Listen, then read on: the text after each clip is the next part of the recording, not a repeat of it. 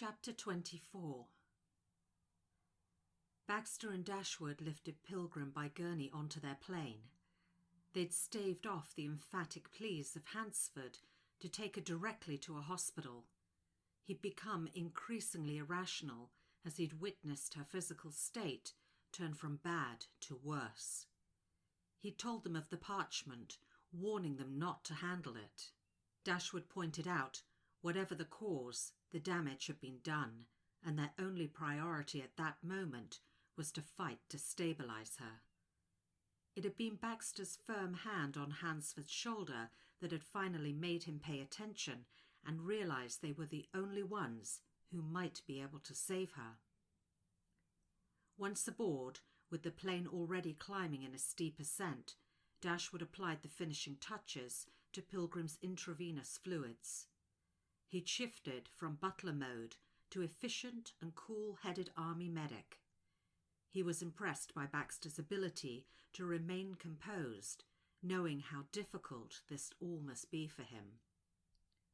Dashwood was calculating how effective Baxter would be on a minute-to-minute basis. As a soldier, he'd had to deal with plenty of distraught comrades in the past after one of their platoon had taken a hit, and right now he needed lucid and dispassionate help. "I can't think what's wrong with her," Baxter stated, pacing back and forth. "It's nothing she's eaten. It's not a bug. She never gets sick. I can't think what it can be," he said desperately. "It's not something she's ingested. I've examined her thoroughly and there's no obvious indicators. She's presenting as if she's in anaphylactic shock." "Something she's allergic to?" "It's a possibility. I knew she wasn't well." Dashwood worked quickly on her. Shooting a fleeting look of concern to Baxter, he added, "She's been sleeping too much lately."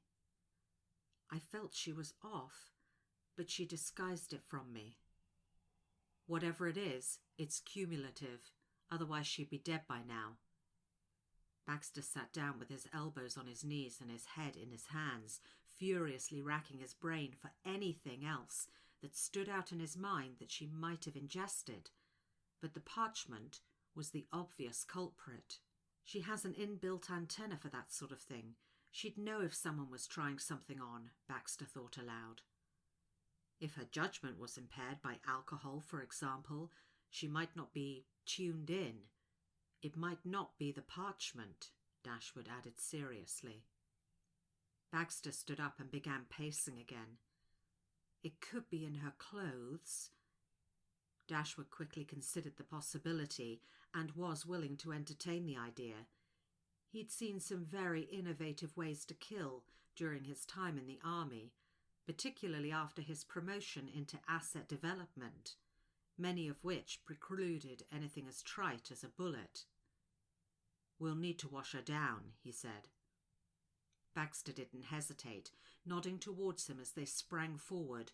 Dashwood grabbed hold of his hand before it could come into contact with her nightdress. "Don't touch it, or her. Put a pair of these on." He handed him a pair of surgical gloves. Before long she lay stripped, and the extent of her bruising made them both take a sharp breath. "What the—" "Her body's shutting down," Dashwood uttered grimly. Dashwood hesitated with a bottle in one hand and cotton wool in the other. Pilgrim lay inert.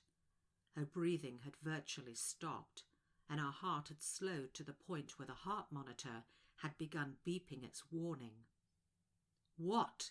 Baxter shouted. "I can't be certain the application of a liquid to the dermis might not exacerbate the problem, if we're to assume the toxin was administered that way." "We've got no choice. We can't do nothing," he rasped angrily. "It could kill her," Dashwood stated solemnly. Baxter hung his head, as hope hung by a thread. Dashwood listened to her heart again. "She's got minutes before her heart stops." "Do it," Baxter instructed. "Get me some soap and water." The plane listed suddenly as it banked left, spilling the contents of the drawers across the floor. Baxter ferried bowls of warm water back and forth as Dashwood quickly and vigorously scrubbed down her body, paying particular attention to her hands and nails. "Help me turn her over," Dashwood barked. He didn't hesitate in his work, seeing the multiple scars and bullet wound injuries. The silence between them was deafening as he continued lathering and wiping her skin. After 2 hours of intensive work, they sat back from her.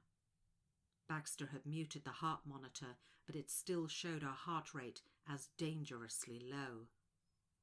He held his hands above his head, resting them on the doorframe as he took some deep breaths.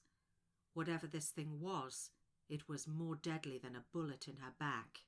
"She's still unconscious," Baxter said, racked with fatigue. "I've had to put her in an induced coma. She's too dangerous otherwise. We don't want to draw any attention to her current state, otherwise it will lay us wide open. There's nothing any hospital can do that I can't. She must remain quiet and allow her body to do the work," he stated firmly. "How soon before we reach Merrilmar?" "Brian will take us into Exeter. We'll move her to the helicopter and should touch down at Merrilmar in approximately," he checked his watch, "1 hour. He registered the look of uncertainty on Dashwood's face. Dashwood looked momentarily at Baxter, then back at Pilgrim before saying, "It's up to her now. Whether she's here or down on the ground, it won't make any difference at this point. A blood toxicology report would be useful, but—" He shrugged his shoulders, leaned back on his haunches, and ran his fingers through his hair. They'd arrived at Merrilmar close to midnight, with a storm raging overhead that had forced Brian to draw upon all his years of skill as a pilot to land safely. As thunder and lightning lashed above Merrilmar House, shaking its doors and windows, Baxter carried Pilgrim to her room, with Dashwood following close by, holding her drip. The first 4 hours had been the worst, and Baxter had been right in telling Dashwood to stay downstairs unless he called for him. Boo had stood guard outside Pilgrim's door. Dashwood's drug-induced coma hadn't held her down for long. She'd fallen in and out of consciousness, which was a good sign that her body was putting up a fight. Baxter had changed her sheets 6 times in the first 12 hours. In between, Dashwood had entered in and out of her room with bags of saline, each time noting the increasing destruction that she'd wrought on her room, until finally it made no impression on him. He'd tried taking blood samples, but they'd immediately corrupted outside her body. They spent 3 sleepless, overcast days and terrifying black nights at Merrilmar. The storm they'd arrived in had been nothing to the echoes of wailing, systematic angry shouts and sounds of disaster coming from her room, until a deathly silence had fallen over the house. Baxter had descended the stairs, his face a mask of exhaustion. Dashwood rushed forward to help him. "She's asleep, for the moment," Baxter uttered. "I'll take over." "No, it's not something you'd survive," Baxter said, patting him on the shoulder. Hansford had arrived shortly after them and had subsequently worn out the soles of his shoes, ferrying supplies back and forth. Baxter took to the stairs each time upon hearing her. He was the only one who could withstand the ferocity of her condition. Pilgrim was imprisoned in her mind. Any attempt she made to surface was ineffective. A part of her psyche sought her out in her dream state, as her normal attempts to lift herself to consciousness repeatedly failed. With her body unresponsive, she'd have to delve deeper to try and solve the root of the problem. She awoke in her dream as she navigated through a throng of people squeezed onto the sidewalk of Lexington Avenue in New York. Someone was tailing her. As much as she tried, she couldn't turn around to identify them. She became a hostage of the crowd, pinioned to move at their pace and direction. She willed herself to slow down, searching the faces for anyone recognizable that might give her a clue to her current situation. She knew she'd been poisoned in ignorance. Not understanding her physiology, they'd almost killed her. Idiots. Pilgrim deliberately stepped off the pavement into oncoming traffic that passed right through her. It had been worth a try. She had to mentally peel herself off this alternate reality. Across the street, she spotted him. He deliberately made himself known by standing stock still and staring right at her, whilst everyone stepped around him. She didn't recognize him. He was above average height, dressed in a dark suit, and was of slim build. He could be anyone, or anything, she cautioned herself. Suddenly, he bolted towards her. It was just the right ignition she needed to escape. She took a mental sidestep and found herself within a rolling green landscape without another living thing in sight. She believed it was some sort of stage. The vibrant green hills rose and fell away, studded with the occasional large, tall boulder. Looking behind her, she noticed a thicket of ancient trees in the distance to her left. Nothing but green rising to meet a brilliant, clear azure sky. With no apparent sun, two large ivory planets, one dipped halfway below the horizon, whilst the other stood some way back, served to illuminate with a blue-tinged white light. The air was cool and still. To her right, the lush green undulating land ran away as far as the eye could see. She looked in front of her to a lake. Not a single ripple disturbed its surface, and at ground level the water mirrored black. A megalithic granite overhang reached over it. Climbing up, she reached the top and stepped slowly towards the edge. Gazing down through remarkably translucent water, she was clearly able to see the lake bed. Submerged some 2 meters below the water's surface stood 12 enormous circular dials laid atop monumental pillars that stretched down far below in a circle.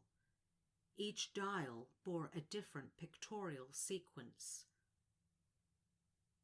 As she dived from the rock into the lake, a man's shout went up behind her.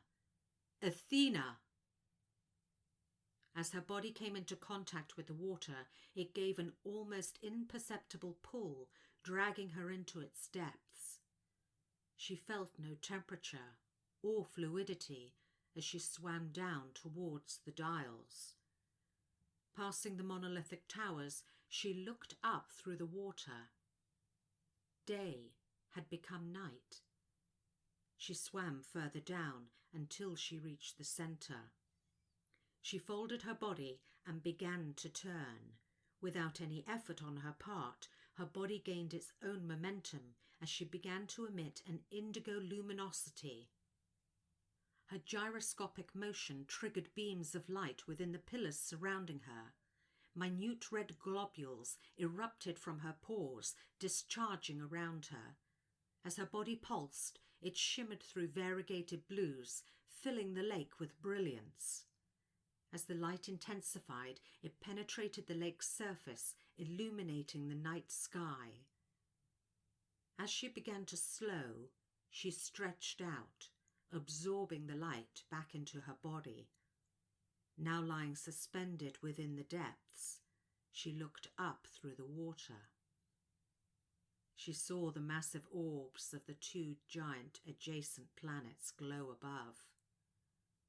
I'm going to collide with time.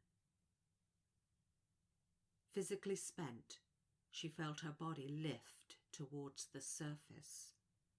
Slowly, slowly, she coached herself, As she finally broke the surface, she awoke to Baxter asleep in the chair next to her, and a different time and reality. Baxter, Hansford and Dashwood found themselves crashed out on the sofas in the library. Between them they'd run back-to-back shifts, with Baxter taking on the lion's share of looking after Pilgrim. Her room had suffered several catastrophic transformations, causing her bed to lie collapsed where screws, springs and bolts had melted and hardened into fantastic shapes.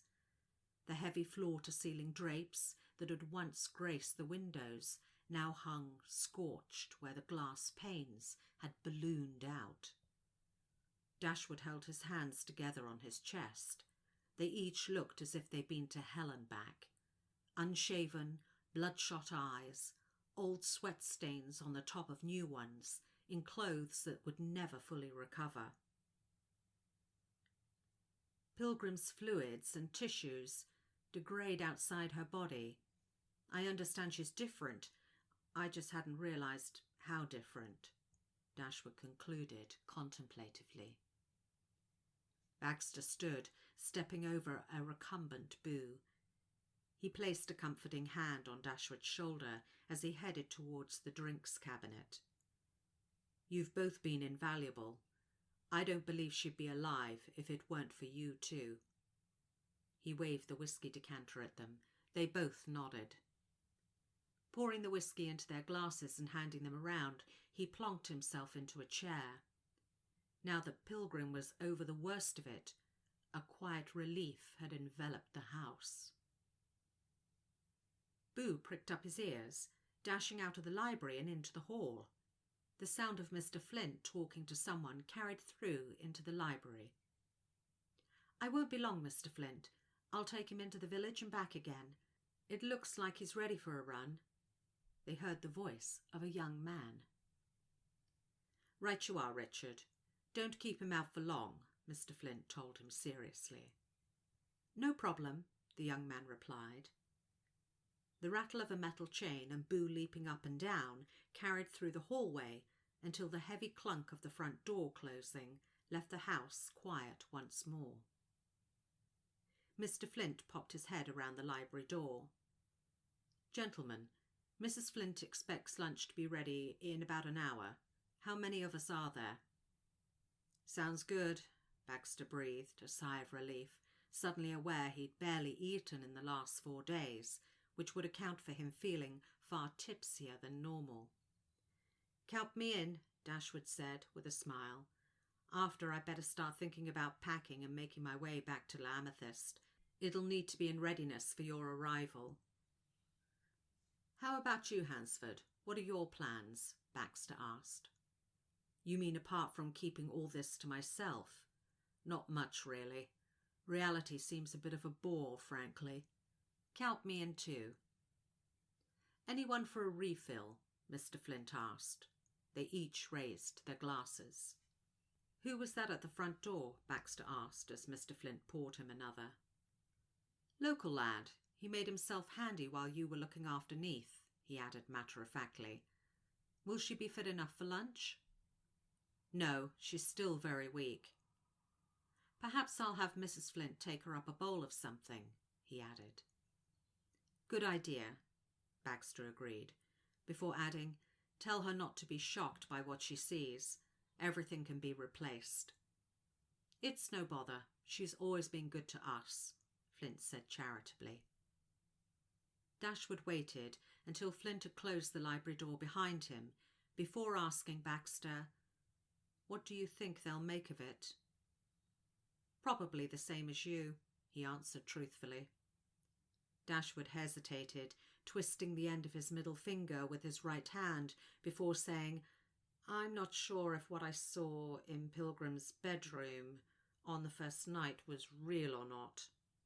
He seemed embarrassed. I think we've all had a wake-up call, Hansford added seriously. Baxter believed some explanation should be forthcoming. His doubts over Hansford's tact had quickly evaporated after working alongside him to look after Pilgrim. He was in no doubt of Hansford's deep feelings for her. He still maintained he was a liability when it came to her emotions. However, he knew he could trust them both implicitly. If you're wondering about the changing composition of what have been inanimate objects, I can assure you it was real. You haven't seen the finished product after the last bout. He took another large swig, not sure he was the right person for the job and explaining any more. I know, like me, you'll keep her secret to yourselves. Who would believe it?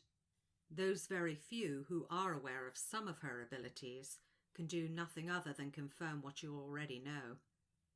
Dashwood queried, "So she's not indigenous to our planet?" Baxter pursed his lips thoughtfully.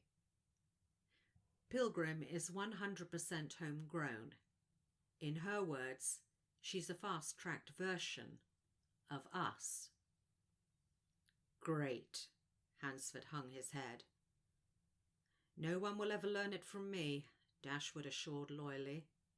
He stood, walking directly to the drinks cabinet. Lifting the decanter, he poured a large glass for himself. Refill? He asked. They both held their glasses out. Incidentally, the parchment came back negative. They took it down to the isotopes.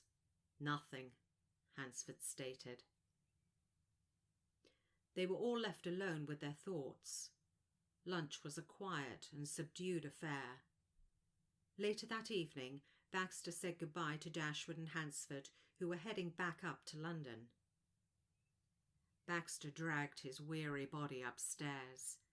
He breathed a sigh of relief that tonight, at last, he'd be able to get a proper night's sleep.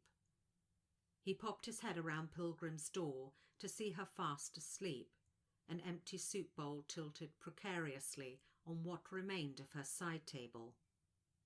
He took to his bed and slept the deep sleep of the dead. In the early hours of the morning, as the moon was beginning to fall from the night sky, he suddenly awoke to what he thought had been a single bark from Boo. With no further sound, he lay straining to listen, but the house remained silent. He was about to succumb to the fog of sleep that was drawing him away when he heard something that he couldn't quite place in his consciousness. Rising, exhausted, he was in a foul mood. Pulling his dressing gown from the back of the chair, he tied it roughly around his waist. Upon reaching the top of the stairs, he peered down into the gloom. There was no sign of Boo. A hand around his arm made him jump. "Damn, Pilgrim, you frightened me half to death," he hissed. She turned to him with a little more anger in her voice than he felt comfortable with. "I've got this."